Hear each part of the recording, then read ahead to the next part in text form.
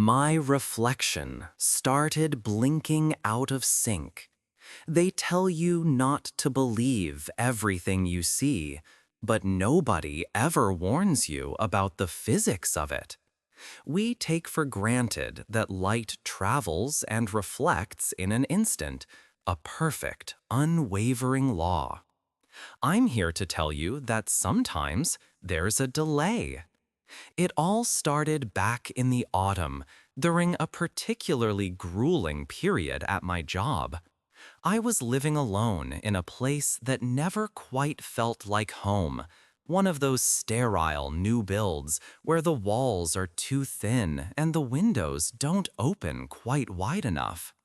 My life had settled into a rhythm defined by exhaustion, the shrill cry of my alarm, the rattling commute, the endless hum of office computers, and the quiet, hollow evenings spent staring at a screen until my eyes burned.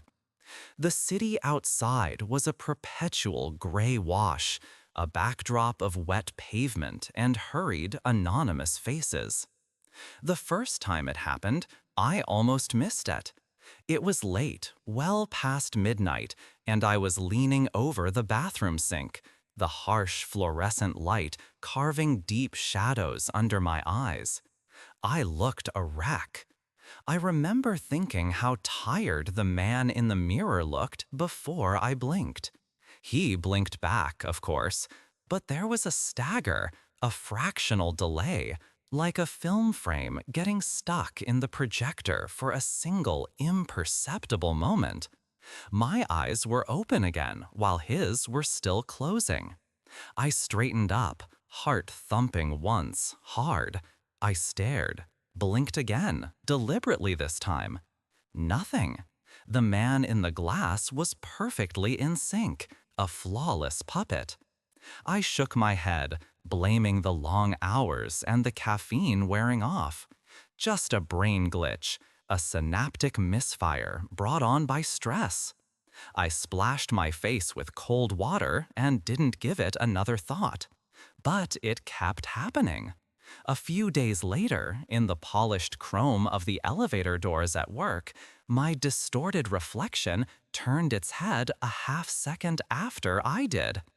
In that warped funhouse surface, it was easy to dismiss again, an optical illusion.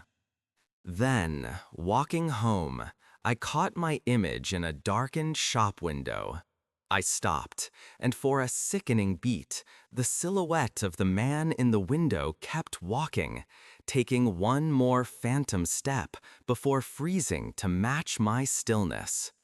A cold dread, slick and oily, began to seep into the edges of my rational mind. The denial shattered one evening in the silence of my own apartment. I was sitting on the sofa, scrolling through nothing on my phone, when the screen went dark. In the black mirror of the glass, I saw my own face, pale in the gloom. I watched my own chest rise and fall. And then I saw it, clear and undeniable. The rise and fall were not my own. They were close, but there was a lag, a tiny rhythmic dysynchronization, as if I were watching a poorly dubbed film. My own breathing hitched, but the breathing in the reflection continued its steady, calm rhythm for a heartbeat before it too faltered. I felt an urgent, frantic need to prove I was losing my mind, to find a logical flaw. I walked to the large, ornate mirror that hung in the entryway, a monstrous thing with a tarnished silver frame that the previous tenants had left bolted to the wall. I never liked it. It seemed to absorb the light. I stood before it, my breath fogging the cool glass. I raised my hand slowly. The other Leo matched the movement perfectly. I nodded. He nodded. Relief, potent and dizzying, washed over me. It was nothing, just stress. As a final, foolish test, I looked my reflection dead in the eyes and performed one single, deliberate blink. My eyelids shot. They opened. The man in the mirror did not. He just stared back at me through my own open eyes for a whole, silent, impossible second. Then, with a casual slowness that felt like a deliberate act of malice, his eyelids slid shut and snapped open again. The perfect, mocking echo of an action I had completed a lifetime ago. The lag was just the beginning. After that night with the mirror in the hall, the desynchronization became a constant, an accepted law of my new, broken physics. But the terror shifted, evolving from a temporal glitch into something far more personal. It began in the expressions.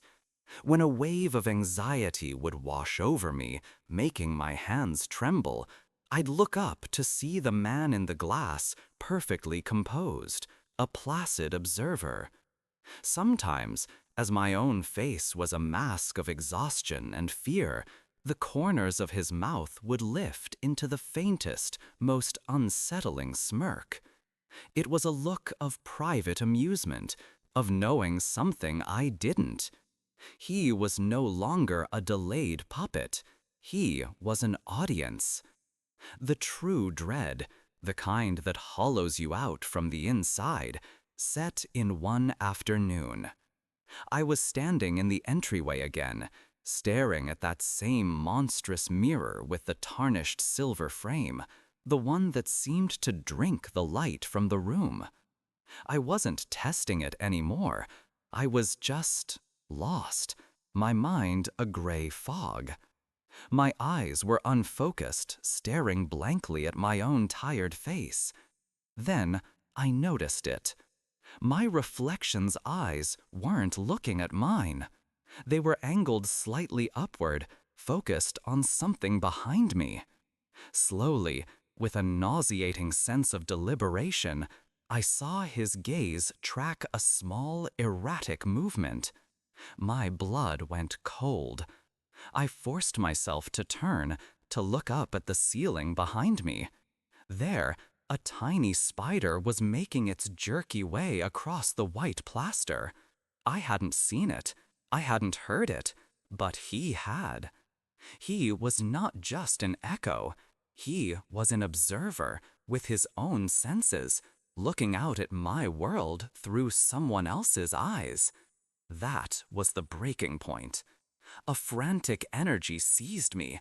I tore the sheets from my bed and draped them over the bathroom mirror, taping the edges down like I was sealing a tomb.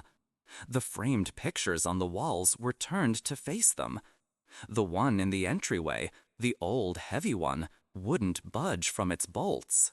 A deep, calm, and slightly eerie narrator's voice, as if telling a ghost story by candlelight. The tone is slow, suspenseful, and atmospheric, with soft whispers and pauses that build tension. Imagine an old storyteller speaking in the dark, evoking mystery, fear, and curiosity.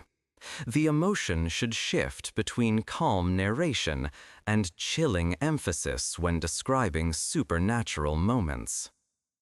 I fought with it until my fingers were raw, then gave up and threw a thick blanket over it, the heavy fabric muffling its silent silver gaze.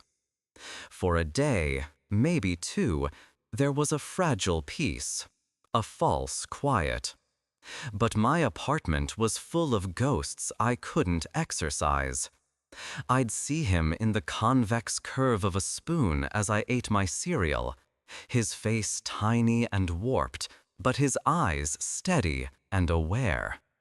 I caught a glimpse of him in the polished chrome of the kettle as it boiled, a flash of a calm face where mine should have been, contorted with stress. Walking outside became a nightmare of shop windows and car doors and puddles on the pavement, each one a potential aperture for him to look through. The world had become a prison of a million tiny mirrors, and he was the warden, watching from everyone. I don't look anymore. I can't. I keep my gaze down. I avoid my own eyes. But I know it's still there. The worst part isn't the seeing, it's the feeling. It's the unshakable certainty that just beyond this thin veil of reality, in the silver of a mirror or the black glass of a dead screen, he is living his life. Using my face, he is looking out at my world, perfectly calm, perhaps even content, an independent being living a parallel existence. He is there right now, watching me through his own eyes, and I have no idea what he is waiting for. It's a chilling thought that the fundamental laws of our reality, the simple physics of light and reflection we take for granted, could be so fragile. This story serves as a quiet, unnerving reminder that sometimes the most terrifying thing isn't an external monster, but the silent corruption of something we thought was a perfect copy of ourselves. That initial delay wasn't just a trick of the light. It was a crack forming in the very fabric of the narrator's world.